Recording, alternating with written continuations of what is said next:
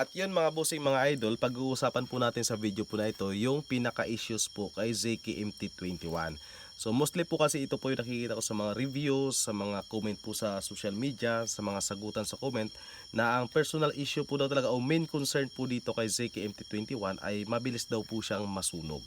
So bago natin pag-usapan yon, ano nga ba yung mga rason bakit mabilis masunog yung ating amplifier? Marami po kasing rason mga boss.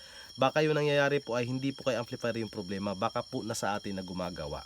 Ganito po kasi yan, ang una pong pinakarason na nakikita ko po sa mga gumagawa po ng DIY Bluetooth speaker ay hindi po talaga nila sinusunod yung nakalagay po dito na wattage po na mayroon lamang pong kapasidad yung ating pong amplifier. Tulad po ng ating ZKMT21, 100 watts po sa subwoofer at 50 watts po sa kanya pong per channel sa left and left, light and left channel. So ang dami ko po nakikita na ang daming speaker na kinakabit kay ZKMT21 na alam naman nila at nakikita na kaagad natin kung ano naman talaga yung naka-indicate lamang po na itong mga bossing.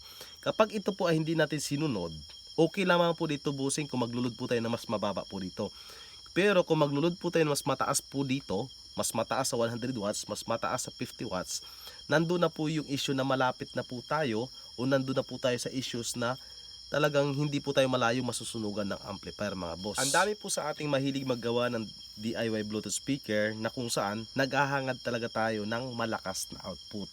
Pero ayaw natin bumili ng matataas na class ng amplifier. So bumibili tayo maliliit lamang na wattage kasi yun yung kaya ng ating budget, tapos kakabitan natin ng maraming speaker. Ay wala talagang pupuntahan yung ating amplifier. Ganun po talaga yung mangyayari, masusunog po yan. Yung next concern natin mga bossing, yung paggamit po natin ng power supply na kapos po yung kuryente or yung power na binibigay po sa ating amplifier.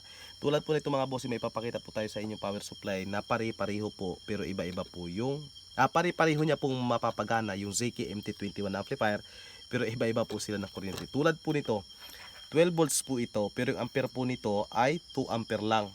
So ibig sabihin 24 watts lang po yung kaya po nitong isupply. Ito naman po ay 24 volts. 24 volts po ito mga bossing.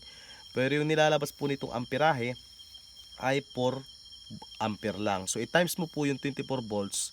So ilan lang po yung i-equal niya? Wala pong 100 watts yung nilalabas po nito. Ito po ay mayroon pong 200 watts. Bossing, ang paggamit po ng power supply na kapos yung kuryente ay nakakasira po ng ating amplifier mga boss.